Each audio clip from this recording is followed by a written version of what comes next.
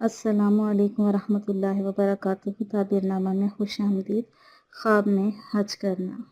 اگر کوئی شخص دیکھتا ہے کہ اس نے حج کیا ہے تو اللہ تعالیٰ اس کے نصیب میں حج لکھ دے گا۔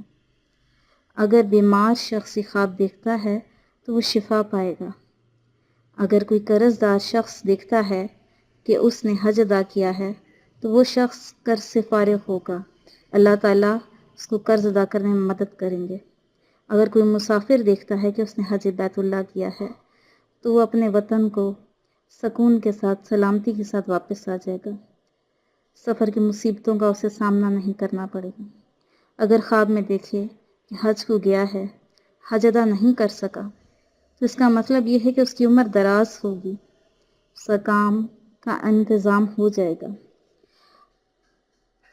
حضرت ابراہیم کرمانی رحمۃ اللہ علیہ فرماتے ہیں، اگر خواب میں دیکھے کہ حج کو گیا ہے، حرم شریف میں لبیک لبیک کہتا ہے، دلیل ہے کہ اس کو خوف اور ڈر ہوگا۔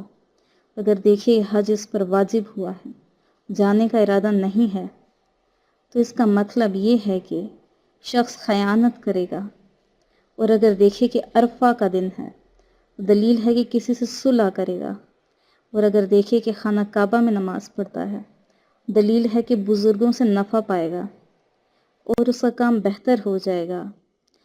حضرت جعفر صادق رحمۃ اللہ علیہ نے فرمایا ہے کہ خواب میں حج کرنا 7 وجوہات کی بنا پر: اول، نکاح کرنا، دوم، کنیز خریدنا، سوم، عادل بادشاہ کی زیارت کرنا، یعنی کسی عادل بادشاہ سے اس کی ملاقات ہوگی، چہارم نیکی، پنجم نیک کام کی کوشش کرنا، ششم ثواب کی اجرت پانا، ہفتم اہل علم کی صحبت میں جانا۔ خواب میں حج کرنا انتہائی مبارک خواب ہے۔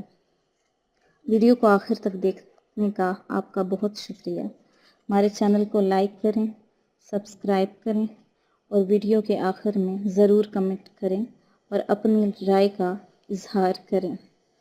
اللہ نگہبان۔